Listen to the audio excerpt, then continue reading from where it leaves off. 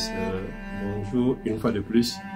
Bienvenue à ce nouveau rendez-vous de méditation sur les titres de la Vierge Marie, mère de notre Sauveur Jésus-Christ.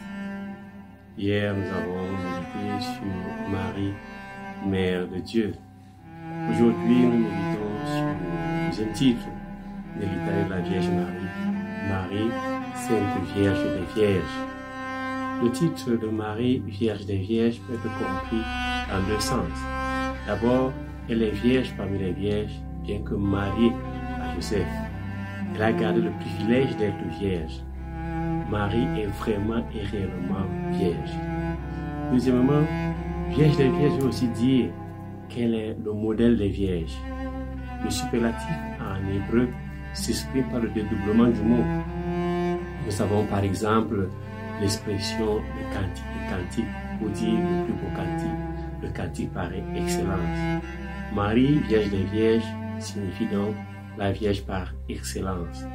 Dire Vierge des Vierges, dire Marie, Vierge par excellence, implique la perpétuelle virginité de Marie, avant, pendant et après la naissance de Jésus. Comment Marie est-elle perpétuellement vierge? L'Église nous dit à travers le document Lumen Gentium, lors de la Nativité, ensuite, quand la Mère de Dieu présenta dans la joie au pasteur et au mage son fils premier-né, dont la naissance était non la perte, mais la consécration de son intégrité virginale. Nous lisons aussi dans l'Évangile selon Luc, au chapitre 1, versets 21 à 34, le dialogue entre l'ange Gabriel et Marie.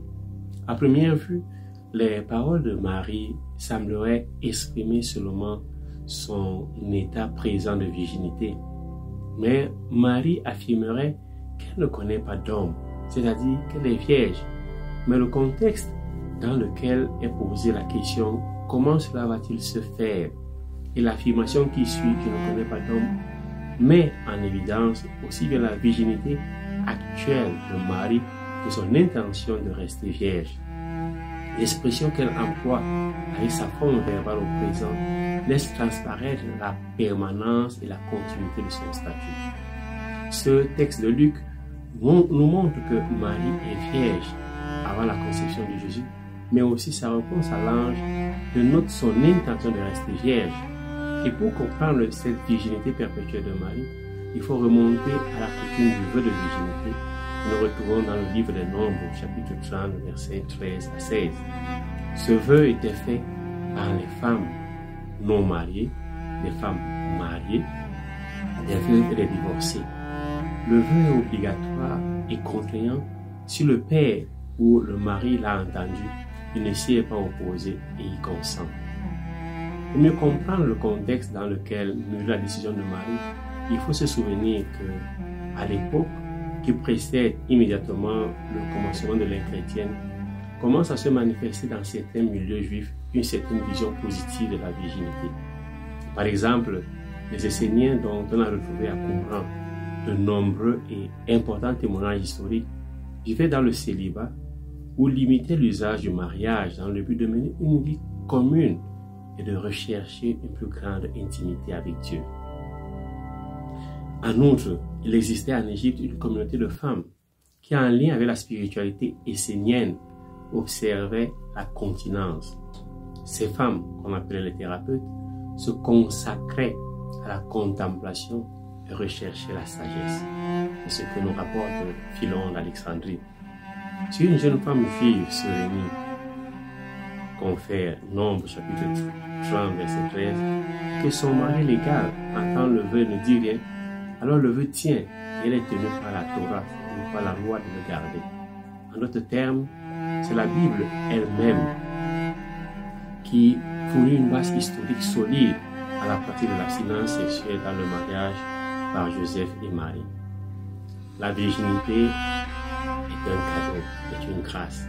Elle est un bien de l'Église dont participe aussi, sans aucun doute, la plus grande partie qui ne sont pas appelés à la vivre dans leur corps, mais sont toujours appelés à la vivre dans leur propre cœur.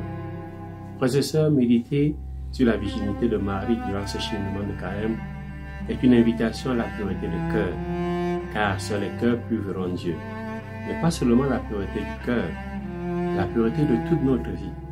La virginité de Marie est une école qui nous invite à nous éloigner pendant ce temps de carême des souillures de notre esprit, de notre corps.